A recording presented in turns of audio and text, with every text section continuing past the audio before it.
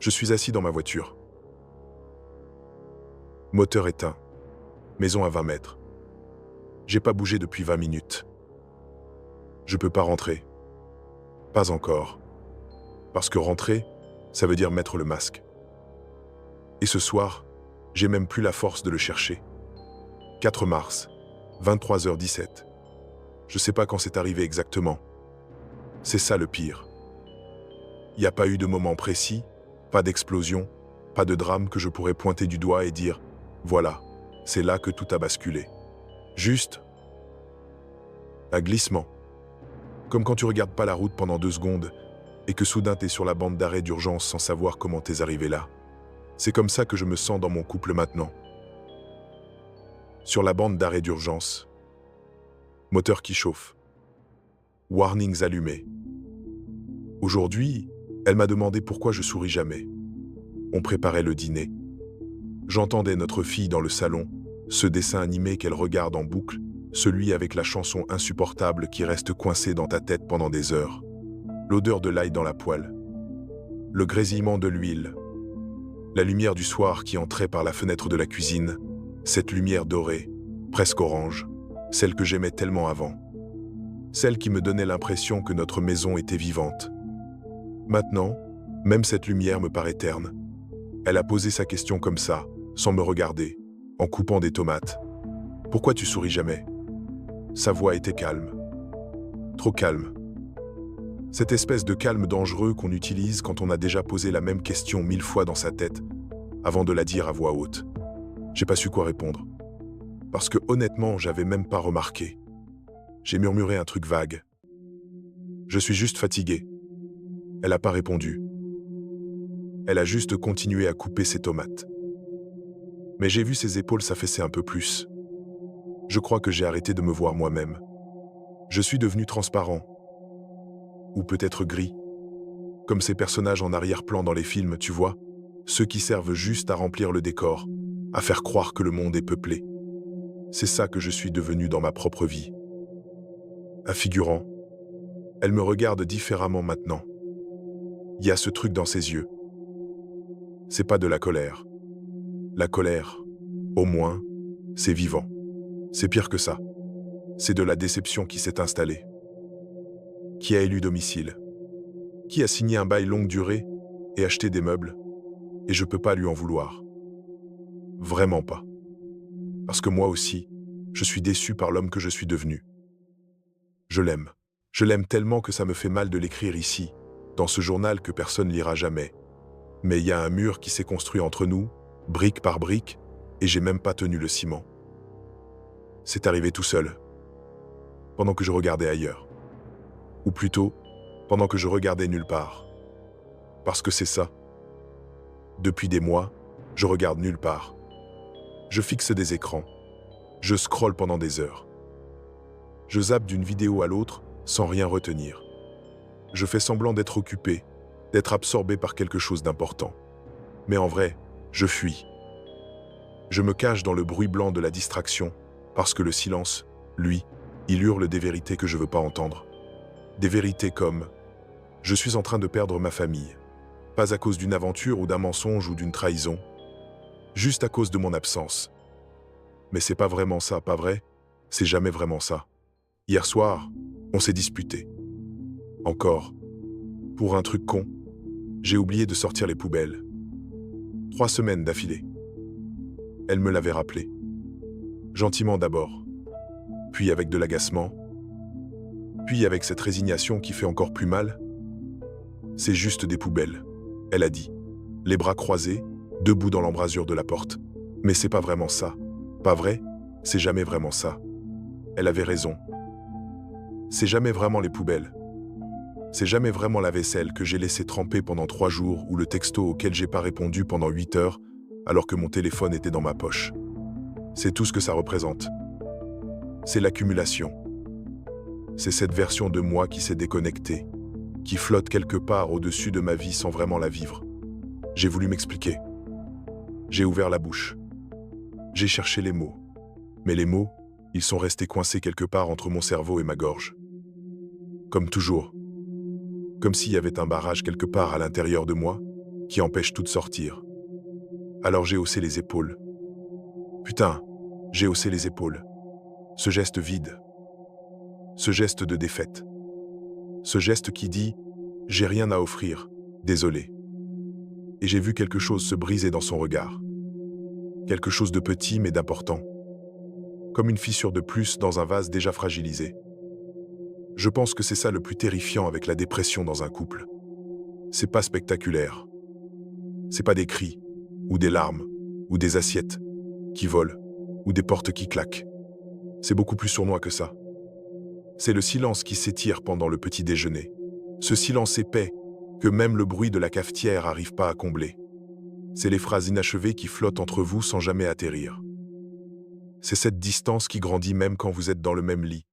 Vos corps à 30 centimètres l'un de l'autre, mais vos esprits à des années-lumière, dans des galaxies différentes. Elle pense que je m'en fous. Je le vois dans la façon dont elle soupire maintenant, dans la façon dont elle arrête de me raconter sa journée à mi-phrase, parce qu'elle sait que je suis pas vraiment là, que je hoche la tête en pilote automatique. Mais c'est pas ça. C'est pas que je m'en fous. C'est que je suis vide.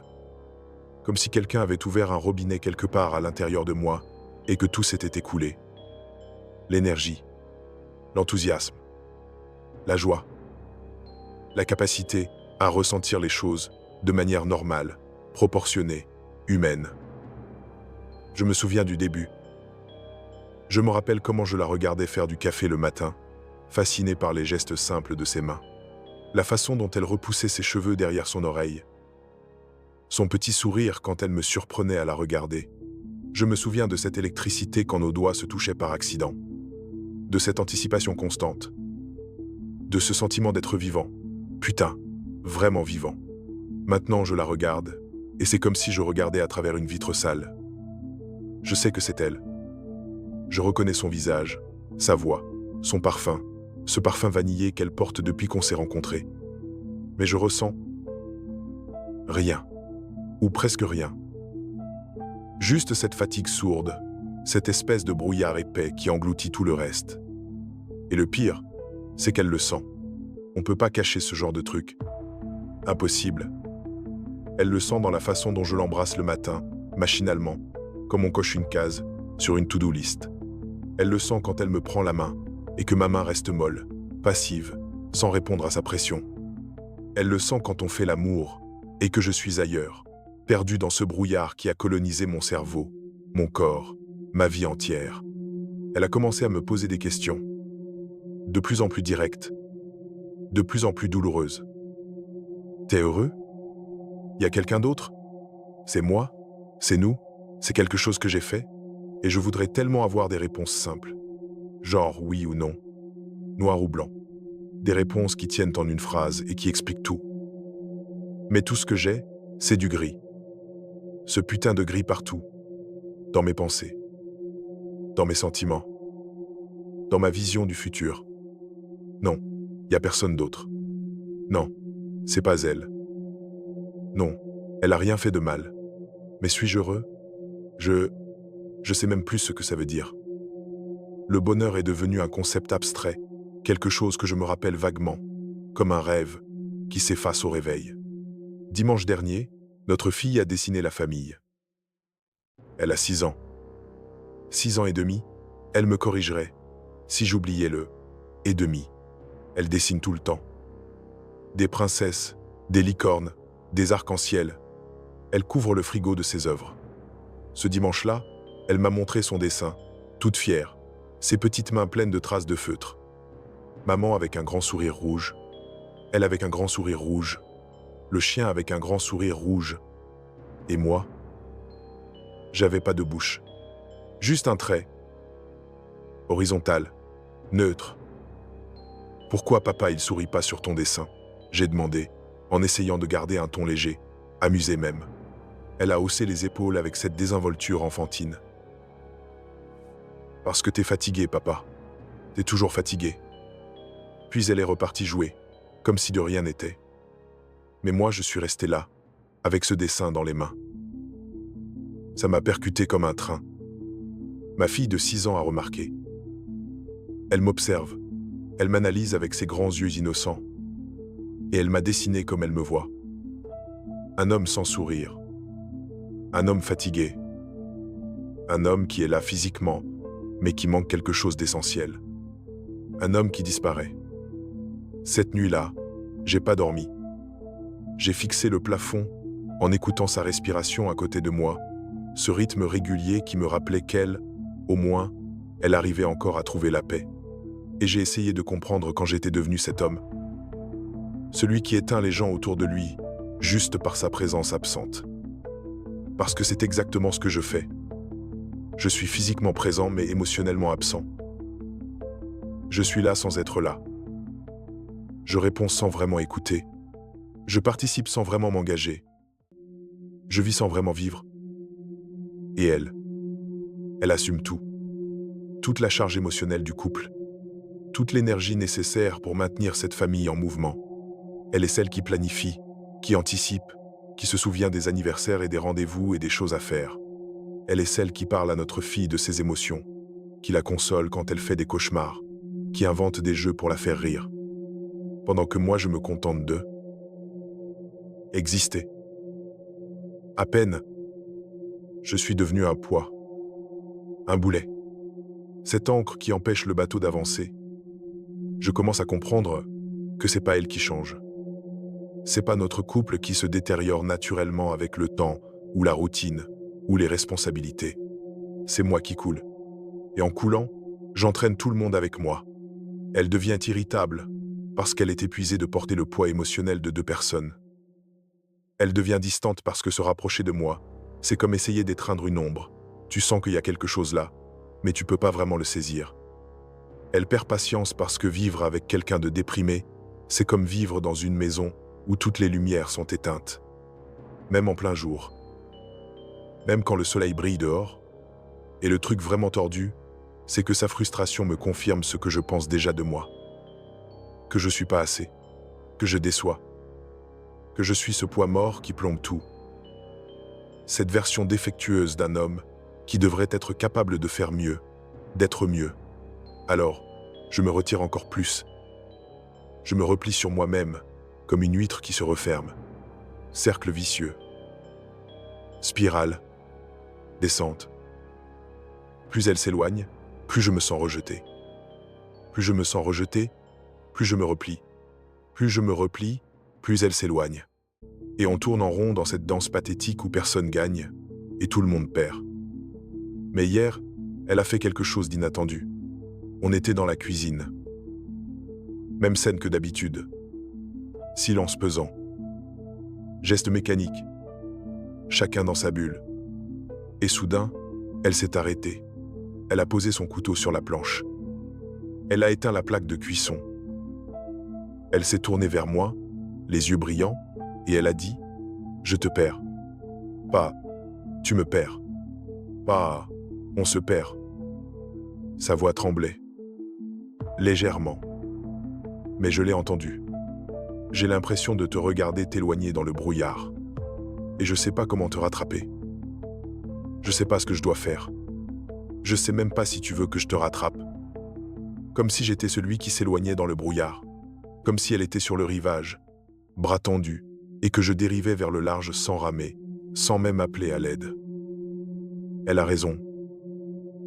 Je suis en train de disparaître, de m'effacer, de devenir cette version fantôme de moi-même. Et le plus terrifiant, c'est que pendant longtemps, j'ai même pas lutté. J'ai juste laissé faire. Je me suis laissé couler sans résister, parce que lutter, ça demande de l'énergie. Et l'énergie, j'en ai plus. Mais voir sa peur, voir qu'elle me cherche encore, malgré tout, voir qu'elle n'a pas abandonné, qu'elle tend encore la main même si je la prends jamais, ça a réveillé quelque chose. Un tout petit truc, une étincelle, dans tout ce noir. Fragile, vacillante. Mais là, ce soir, je suis resté longtemps dans cette voiture. J'ai regardé les lumières de la maison. J'ai vu son ombre passer devant la fenêtre de la cuisine.